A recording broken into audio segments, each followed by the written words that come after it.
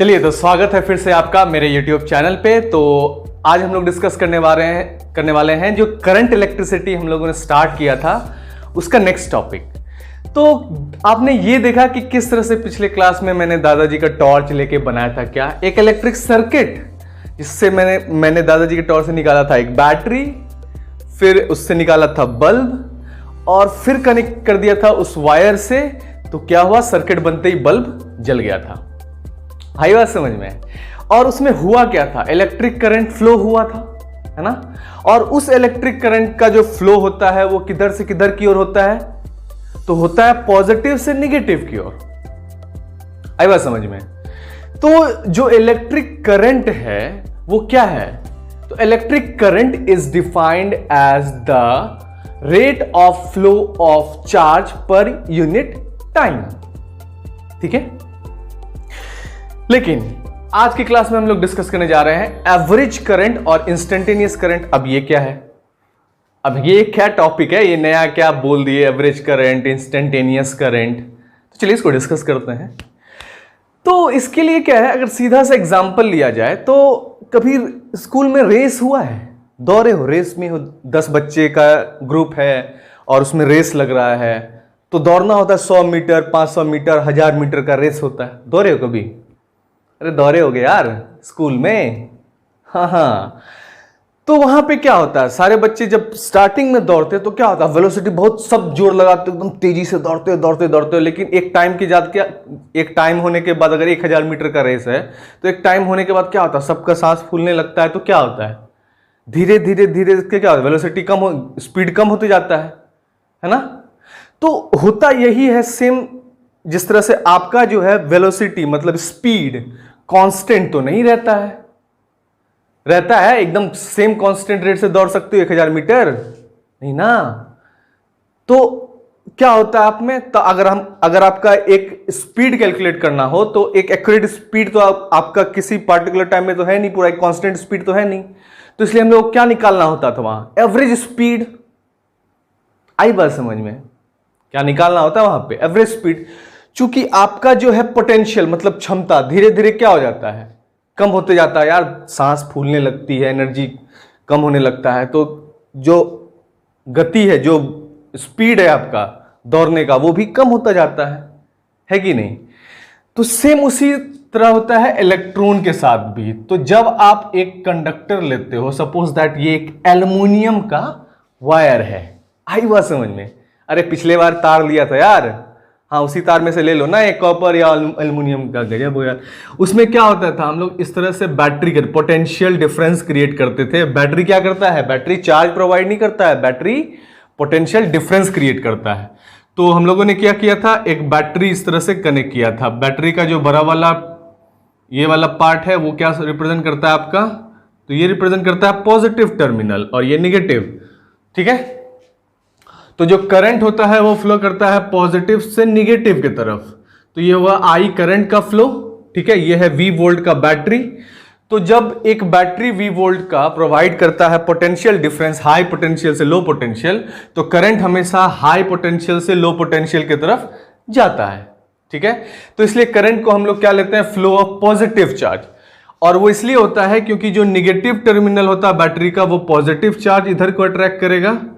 ठीक है, वो पॉजिटिव चार्ज इधर को अट्रैक्ट करेगा। ठीक है, तो इसलिए जो फ्लो ऑफ करंट का जो फ्लो है वो हम लोग लेते हैं क्या, पॉजिटिव चार्ज का फ्लो। ठीक है, अब जितना पॉजिटिव चार्ज फ्लो कर रहा है उतना निगेटिव चार्ज भी करेगा, मतलब इलेक्ट्रॉन भी करेगा। और वो इलेक्ट्रॉन, हाँ जी, वो इलेक्ट्रॉन किधर की ओर करेगा, तो इस पॉजिटिव टर्मिनल की तरफ अट्रैक्ट होगा। तो वही इलेक्ट्रॉन जो इधर है वो किधर की ओर अट्रैक्ट होगा, पॉजिटिव टर्मिनल की ओर। इलेक्ट्रॉन किधर की ओर अट्रैक्ट, पॉजिटिव टर्मिनल की ओर। इलेक्ट्रॉन किधर की ओर अट्रैक्ट होगा, पॉजिटिव टर्मिनल की ओर।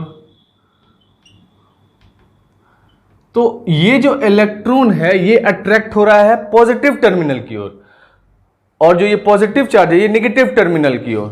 तो करंट का जो कन्वेंशनल डायरेक्शन है वो लेते हैं हम लोग क्या, पॉजिटिव से निगेटिव। ठीक है, इसलिए आई लिखते हैं हम लोग क्या, rate of flow of charge that is Q per unit time. तो इसी कहते हैं charge is equal to q by t, जिसमें क्यू क्या है, कितना अमाउंट ऑफ चार्ज फ्लो हो रहा है। ठीक है। अब सपोज दैट कि आपको क्या है, आप दौड़ रहे हो, एक मतलब 25 सेकंड का टाइम है, अब उसी में आपको सबको दौड़ना 50 सेकंड का टाइम है। अब मुझे क्या है कि एक पार्टिकुलर मतलब क्या है, एक पार्टिकुलर इंस्टेंट में टाइम चाहिए 10वें सेकंड में। तो क्या करना होगा, मुझे घड़ी ले खड़ा रहना पड़ेगा आपको देखने के लिए कि आपका वेलोसिटी स्पीड कितना है कि नहीं।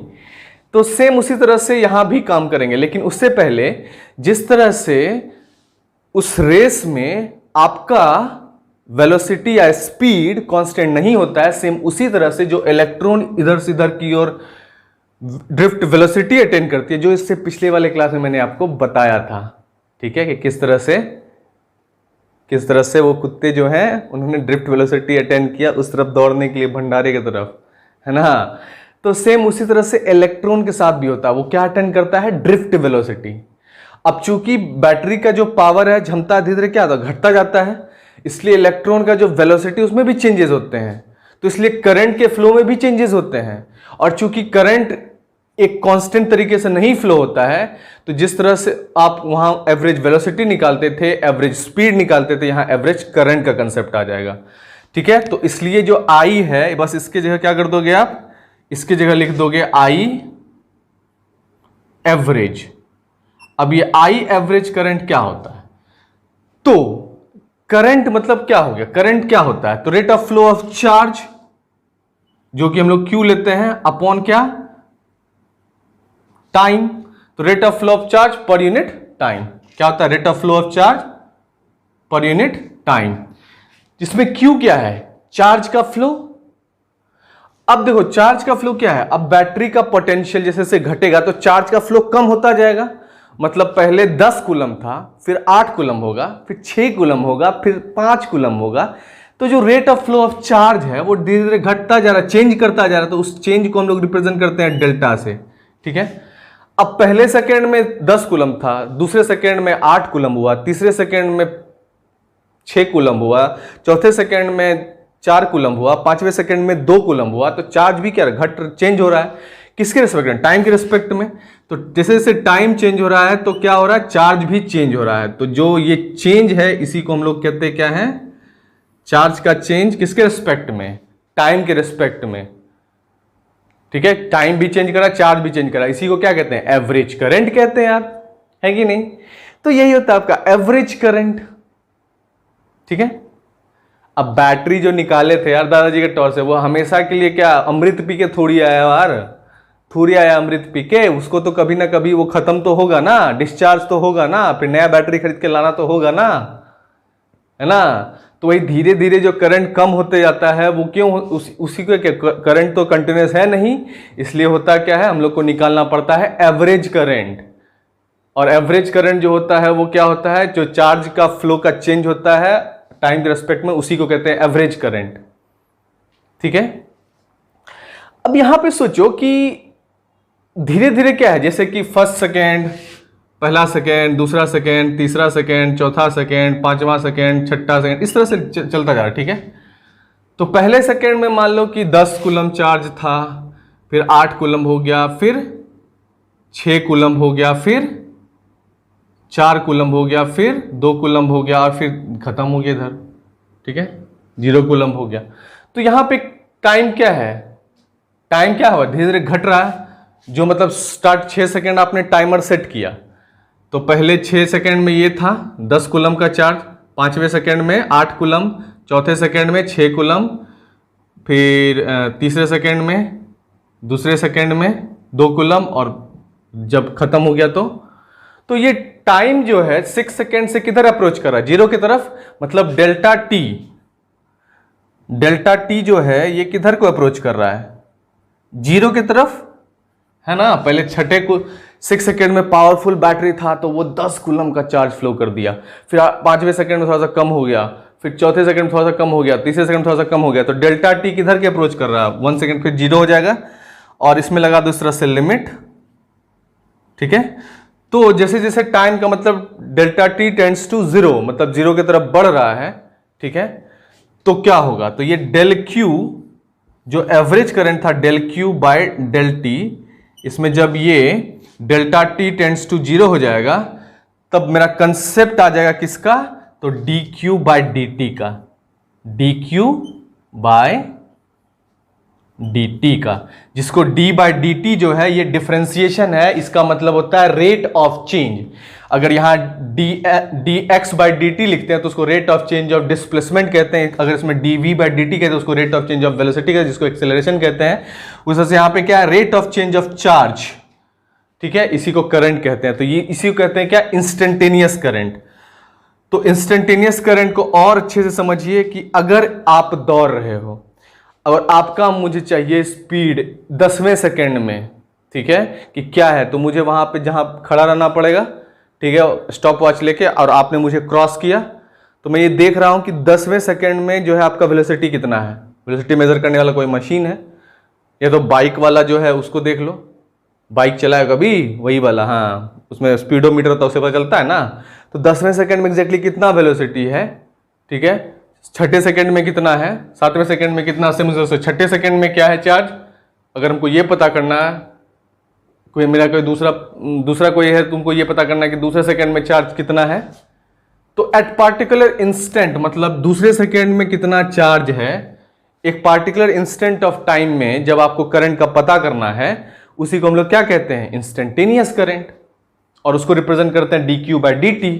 जैसे जैसे delta t tends to zero होता है तो क्या होता है, चार्ज की क्षमता घटते जाता है, चार्ज चेंज होते जा रहा ना, तो इसलिए D q by d T, और डी बाई डी टी क्या आपका डिफरेंशिएशन है, जो क्या रिप्रेजेंट करता है, rate of change. Rate of change किसका, चार्ज का। आई बात समझ में।